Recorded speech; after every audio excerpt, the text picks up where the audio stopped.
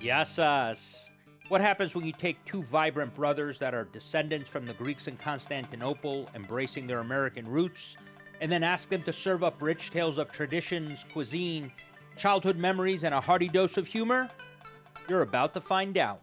This is Baklavine Banter, your passport to all things Greek.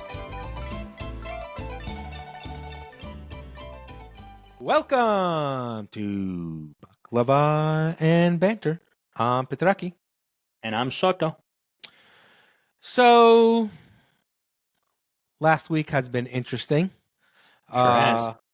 A week ago today, swung by, picked you up from the airport in Dallas, and we made our way north to Oklahoma City.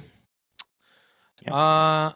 And we stopped at this magical, oasis is the best way. Good Wonderland. So for those of you who don't know, in Texas and southern, I think it's all just in Texas, there's a convenience store / gas station called Buc-ees. This place is amazing. Bold print, double underline. Yeah. Right? And we walked in there. We've heard how amazing it was. You don't know how amazing it is until you get in there. So it's like the Home Depot of rest stops. I mean, it's excellently said. And John, my Korean friend John, says, "Oh, we got to go to Buc-ees." I said, "Okay." He says to me, "Oh, we got to get Beaver nuggets," and I'm like, "Okay, maybe this is another term that they use for chicken nuggets." And I said, "Are these chicken nuggets?" He goes, "Chicken nuggets?" He goes, "No, it's air popped corn, and covered in like a caramel sauce." And I just happen to have a bag here. Of course you do. I'm surprised it's still full. I ate the other bag. I have to keep this one as long as I can. Mm-hmm. So, remember the cereal? What is that? Corn Pops. Yeah. So this is basically corn pops, then like thrown in with brown sugar, caramelized sugar. They taste a little bit like Cinnamon Toast Crunch, I guess. Yeah. A little sweeter than that. It is. This is my health tip for the day. 15 grams of sugar per serving. So, good stuff there. But it was amazing. And then after we went there, about 90 minutes north of there, this was in Denton, Texas.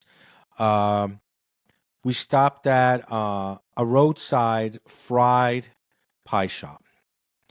So the best way I can explain it is if you guys remember the old Hostess pies, those half moons glazed on top, double the size of those, no glaze, freshly baked in front of you.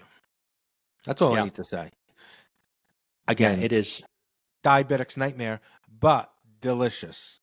Absolutely. It's almost in the middle of nowhere. It is in the middle of nowhere. Like there isn't a lot of things around there. And when you drive in, there's apparently other people have heard of it because there's cars coming in and out.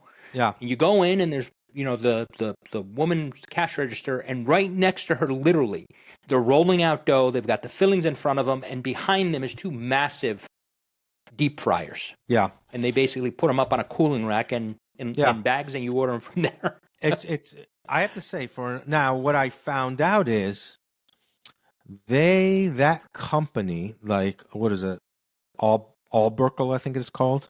Yeah. Arbuckle Mountain has gone around and bought other fried pie shops. So that's a northern Texas, southern Oklahoma thing, from what I've gathered.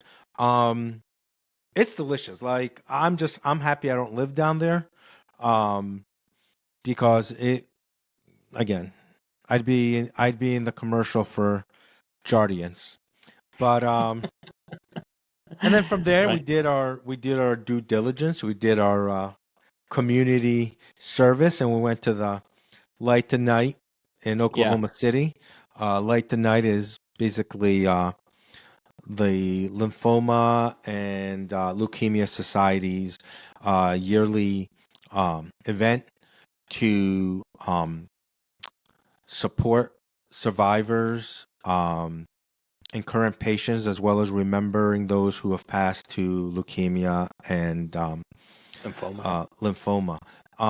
It was a great event. I've been to a few of these across the country, and I think the work that they do is really extraordinary. And I'm glad we went to that. Then we went to we left there. We quickly changed cars, drove 30 minutes north. I went to Ranch Steakhouse up there. Now, did you like the steak there? Yeah, it was good. Just the service sucked this time. Yeah. I'm not going to mention any names because I do know the guy's name because it was on the receipt there. Yeah. But, you know what they say, service is half Yeah. the experience. This guy wasn't, he was half asleep. But anyways, it's the next day, Saturday morning, that we had our brunch and we went up to El Reno, Oklahoma, the home of Sid's Diner. Now, this is not a Greek diner by any means. The owner's not even Greek. He's married from somebody from Florida. He may be, there's a chance he's a little American Indian.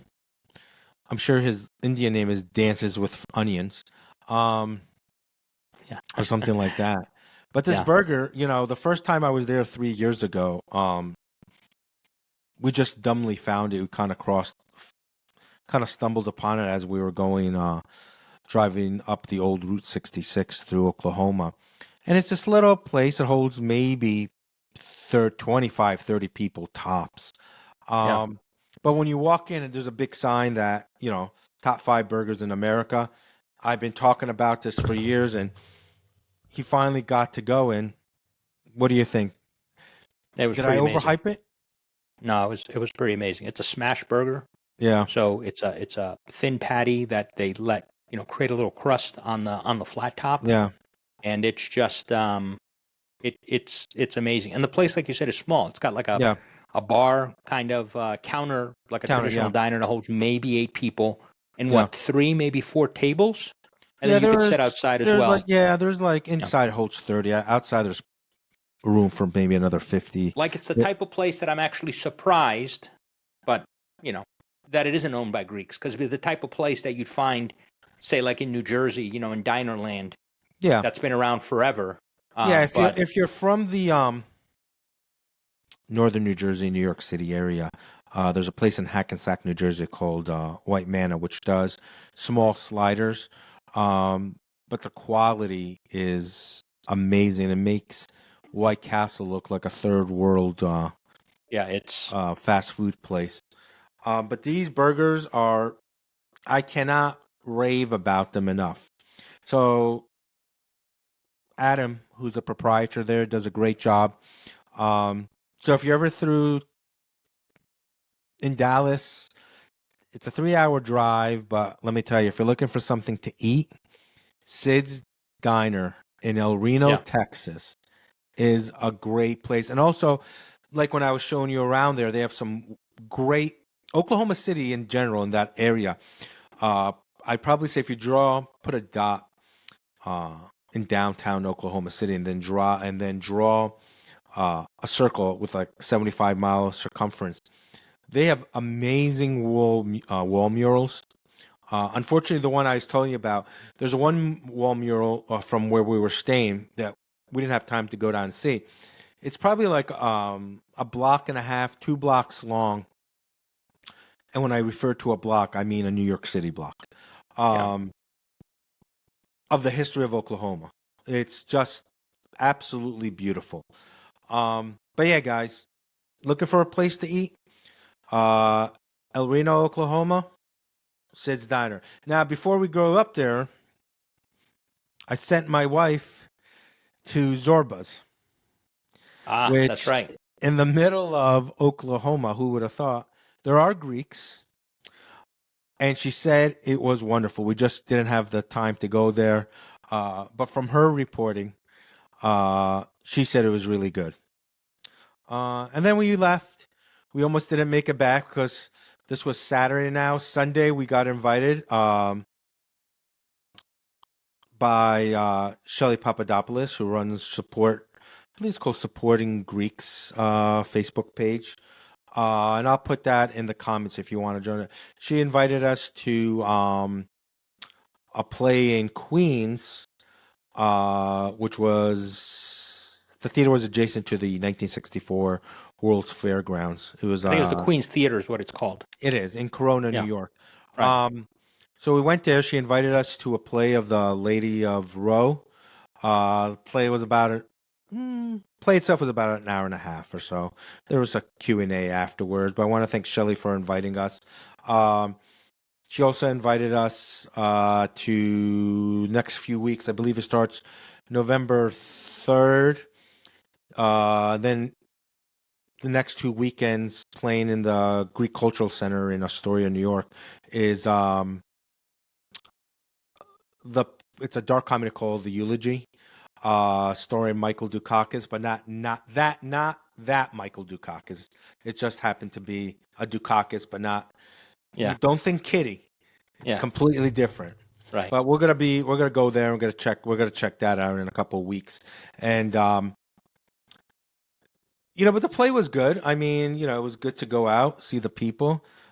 Q&A got a little wonky, but I'm not gonna go down that road. But it's always good to go out and see the people. Yeah, Very good. one woman play, by the way, which It was good. It was good. Phenomenal. Yeah. If you like that, if you like that sort of thing, it was powerful. So yeah, what I'll do is at the I'm not sure where this tour goes next, as this play was delayed because of COVID. It was supposed to be 3 years ago in March 2020, but of course, COVID came along and everything needed to change. So that was our last week, pretty much in a nutshell right there. Yeah, that was pretty much it. Crazy, but here we are, we're back. So let's do our top 10 list. Oh, another top 10 list. I like that. Boop, boop, boop. So this one I told you, last few weeks we've been doing a lot of food-based things. We're going to try to change it up. I mean, we talked about food today, but we didn't talk about the Greek food. Right. So I was thinking about, I don't know if it's because of stuff I've been looking up online or not, on Facebook and all my other searches. A lot of Greek tourism stuff has been coming up on my page. Places to visit in Greek, different tours. You can do the cruises and all that. So I was really interested in seeing who exactly visits Greece. What is the country of origin of the people that visit?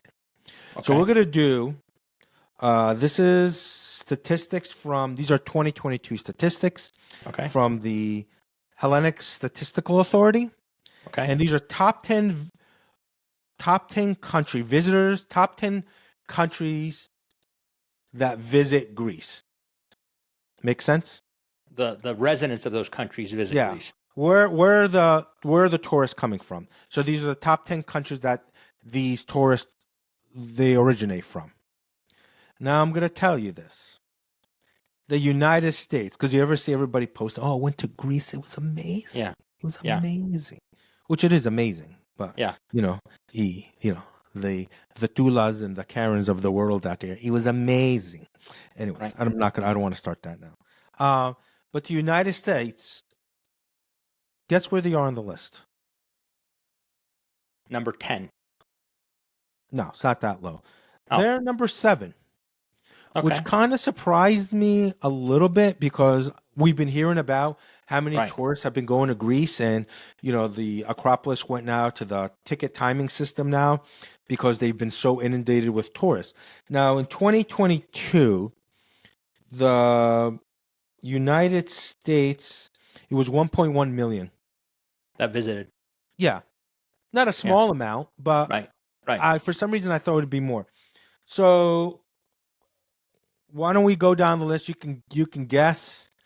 Well, I would guess the countries that are closest to it. So to a certain respect, I get why the United States is. No, I get 7. it. You just don't hear about it. How about like Bulgaria?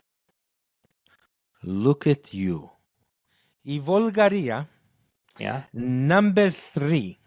All right. So Well, that makes Bulgaria is sense. number 3 on the list. 1.8 million. Wow. Close, but you're only looking at a change of 700,000 there Right. compared How to the about U.S. another apparent one? How about Turkey? Not on the top 10. Okay. I saw a list from I think 2016, 2017, that had him in the top 20, maybe top 15, but I don't know where those numbers came from. At least I know these numbers are coming in from. It seems like they're coming from the Greek immigration system in Greece. So, but no Turkey. Another maybe obvious one. Italy. Italia, number 5, 1.4 million. Okay. How about Cyprus? No. Okay. Um, You can do it. You can do Romania. Romania. I feel like you ever see the commercial with the thing with the video where they do the Miss Americas or the Yeah. Miss Universe? Yeah. You know? Yeah. Romania. You know? Yeah. That's Greek for gypsy. Anyway, so Romania, number 6, 1.38. Switzerland. No, that's surprising to me. I think they're top 15, though. UK. Yeah, it is. It's number 1, actually. Oh, what the pause was. What's that? What I was was the going to ask pause? you if you know how to say it, if you know what UK is in Greek. That's what I was going to say, but I stopped myself. Anglia. It's not Anglia, by the way. I know. It's Mena Vasilio, something like that.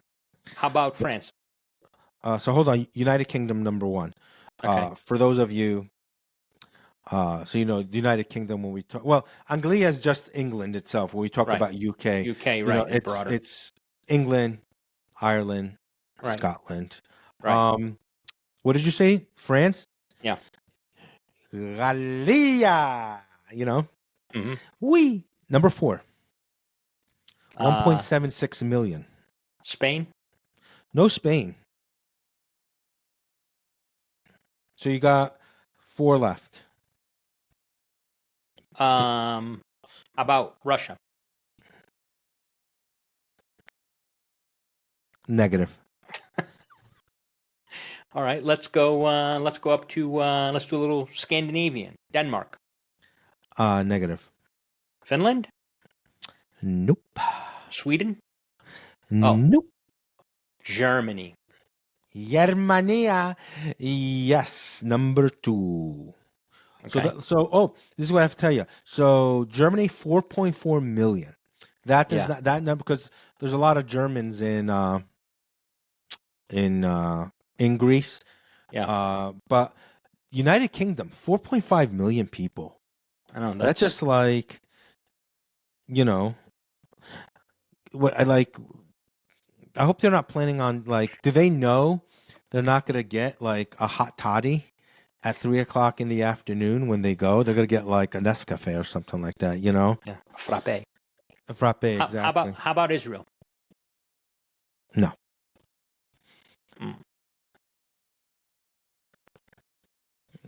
Ireland?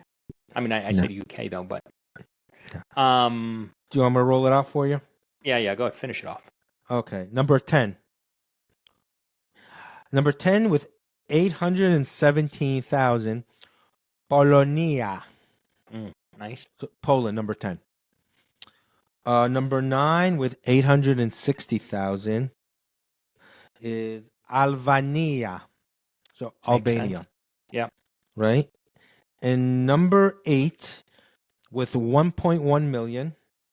You were close with the Scandinavian. You just needed to go a little bit more west. Is Hollandia, Netherlands. Mm-hmm. So, just to recap, top 10 visitors by country to Greece. These are 2022 numbers. Number 10 is Poland. Number 9, Albania. Number 8, Netherlands. Number 7, United States. 6 is Romania. 5 is Italy. 4 is France, 3 is Bulgaria, 2 is Germany, and number 1 is United Kingdom. I'm curious, with so many, I'm sure the advertising must be crazy over there. We Yeah. see the commercials here, you know what I mean? I'm sure in Europe it's like there are billboards or magazines, or something of that sort that, you know, like do you think in the UK, like if what's her name? William and Kate came or something like that, they'd make like a big deal about it. They'd have like a little, take the tour of the royals or something like that. Right. Now, it's interesting that Canada's not on that list, and maybe Yes, I agree with you. because And how many we talk about uh, Angelo Charoulas from Greek Canadian, Nia Vardalos, Greek Canadian. yeah, There's a lot of Greeks in Canada. That doesn't necessarily mean that to your top 10 that they I'm sure necessarily are visitors. I'm sure they're in the top 15, top 20. Right. But again, these are 2022 numbers. I don't know what the numbers look like for 2023. But if Poland has 817,000 people, now it's a quick trip from Poland, you could probably take a train or fly in, whatever you want. Yeah, it is very odd. Does it surprise me that Australia is not on the list? Yeah, because if I'm a Greek living in Australia, why am I coming to Greece? I live in Australia. Yeah. You know what I mean? Yeah. That totally makes sense. You know what would be interesting? A similar top 10 would be there's 400 islands in and around Greece. I think 200 or something are inhabited. Yeah. I'd love to know that same kind of top 10 from an island perspective, because I'm curious, because you always hear I went to Santorini, I went to Mykonos, and remember when, well, you probably don't remember because you were younger, but when we went in 74, 75, we went to Dinos, which is a small island, which was awesome. But then you have is that where the cuckoo clock incident happened? no, I think that was in Thessaloniki. Okay, I plausible deniability. Don't say anything. yeah. I broke somebody's cuckoo. I broke somebody's cuckoo clock apparently because I thought the chains that hang from it, you pull and the cuckoo bird Yeah. comes out, and the whole thing came off the wall. So at some point, Oh. I owe somebody a cuckoo clock. I just want to loop back to what we were talking about last weekend. Okay. Yeah. I want to talk about the Lady of Roe. So in the play, I'm not gonna dive too deeply into it, but basically it's about a woman who raised the flag for 40 years, the Greek flag, on this island, this remote island that's near Turkey, and which the island is Roe. That's the name of the island. Right. But in it, they talk about how she talked about in the play how her and her mother hunkered down in this, like, I don't know, was it in the chicken coop that Yeah. they hunkered down Well, in? it's a Like a remote bunker? island, and they basically she said in the chicken coop when Yeah, when they started bombing it. right. And in it, she talks about how her and her mother hunkered down, and with the bombing, one of the chickens died. Now I just thought it was ironic, and this didn't click with me until last night. So, don't you think it's kind of coincidental that we come home from the play? And what did we eat? What did she make for us to eat? Chicken. Fried chicken. That's true. I'm like, but anyways, I'm sorry. I digress.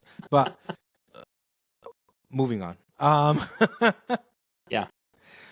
But no, I think we were talking about the islands. I think the list is pretty much going to be similar, I think, to some degree. What we don't, and here's the thing, I think with a lot of the UK visitors, and this is what I don't know, how many of them came by cruise? True. If you do, like, you come down, either Liverpool, I don't know, I'm assuming the tours come out of Liverpool or Manchester. They could come out of London as well. I'm not sure. And they come down the Eastern Mediterranean, go through the Straits of Gibraltar, and then do like, a 2-week cruise that way. So that's what I'm curious about. But here, last few times I was there, though, I saw the Germans.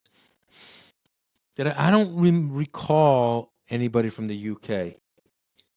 But what's not on this list, and I'm sure it's on a top 20 25, is how many people from China and Japan go to Greece. Right. Like tour groups I'm sure it's in a few hundred thousands, but just like every other place, they're everywhere. Were you gonna say something? Yeah, I was going to say one of the islands that I just saw this somewhere, which is also what kind of got me thinking with your top 10 that we talked about last week when we did the whole thing on Chela Mendes.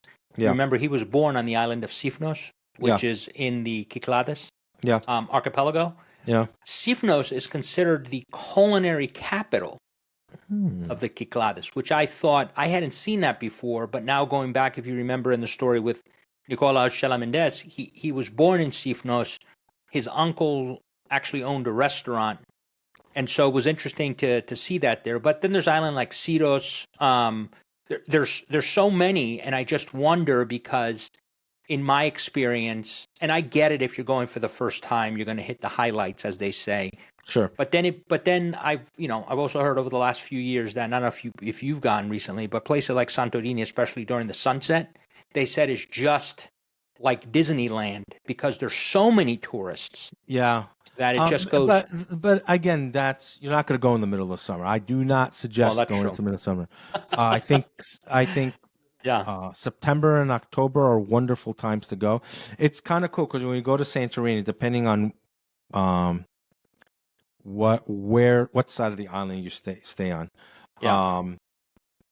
you're driving up and they actually have like an overlook, and in the overlook they have a door, like a glass, like a mock-up of a door, so you can take photos that looks like as the sun sets through this door. Yeah.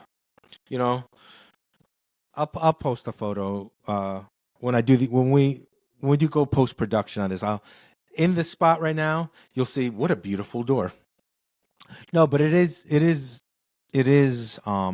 sunsets are very stunning there.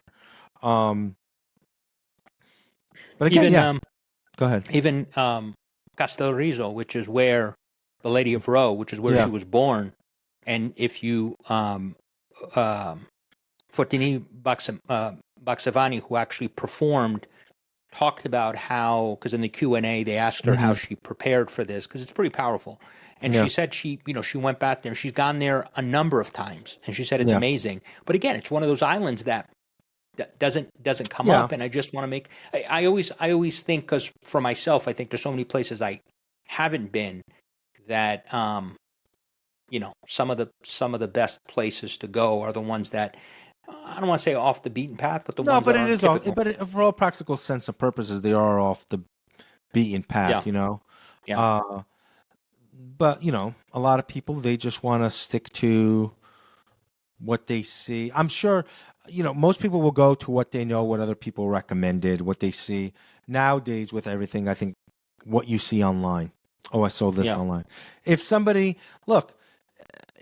goes from like Travel Leisure or something like that and does like a 4-page, 5-page pictorial in the magazine, and all of a sudden becomes like the next hotspot, Right.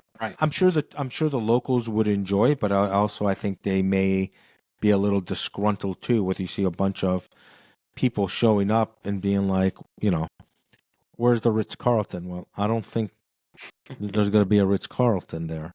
Right. You know what I mean? But it's like everything else. Right. So, but I think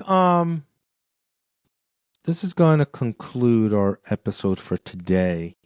So again, our next episode we're just trying to change things up. We'll have our Greek inventions. We'll have another top 10 list for you. Before I forget, do you want to do the Greek word of the day? Do you remember you told me one? Oh, the one that has to do with this time of year? Yeah. So the Greek word for the day is... For October 31st. Yes. Now that we're coming into the time of Halloween, the Greek word of the day is triki-treat. Or triki-triki, depending on how it is. Yeah. So that's trick or treat for those of you out there. That's right. Yeah. Which I don't think is that one. That one I've seen before. Or I've heard before, but that's always a classic this time of year. So that's why I thought that'd be good. Yeah. What was I going to say? Oh, so I'm not quite sure. I'm going to be in San Francisco next week. May go check out some Greek restaurants. I don't know. There you go. But I just want to shout out to the people of Ghirardelli Chocolate. I am coming. Please don't lock the doors when you see me. I have this problem. I show up there and they're like, "Here he is." Right across, because it's in Ghirardelli Square, of course, in San Francisco, and diagonal from them is the Seas Candy. So it's like 2 for the price of 1. They do need a vending machine for insulin. I think it would help a lot of people there. But Ghirardelli Chocolate, I am coming. Be prepared for it. It's going to be the Black Friday for you guys. It's coming a little early. A lot of profits are going to happen. Anyway, folks, listen, thanks for watching. Until next time, I am Petraki. And I am Soto. Take care. Yassas.